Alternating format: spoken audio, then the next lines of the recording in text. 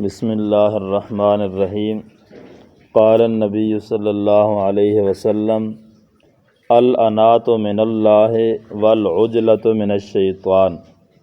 نبی پاک صلی اللہ علیہ وسلم نے فرمایا کہ حلم اور بردباری اللہ کی طرف سے ہے اور جلد بازی شیطان کی طرف سے ہے، یعنی دنیا کے کاموں میں اطمینان اور سوچ کے ساتھ اور سوچ سمجھ کے کام کرنا چاہیے۔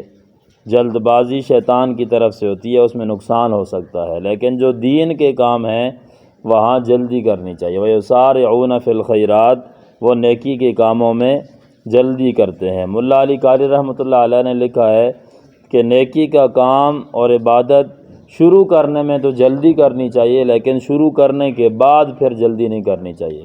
مثلا نماز ہے تو جب دل کر رہا ہے نفل نماز وغیرہ کا، فرض تو اپنے وقت پہ پڑھنی ہے، نفل نماز کا یا تلاوت کا دل کر رہا ہے تو اسی وقت شروع کر دیں۔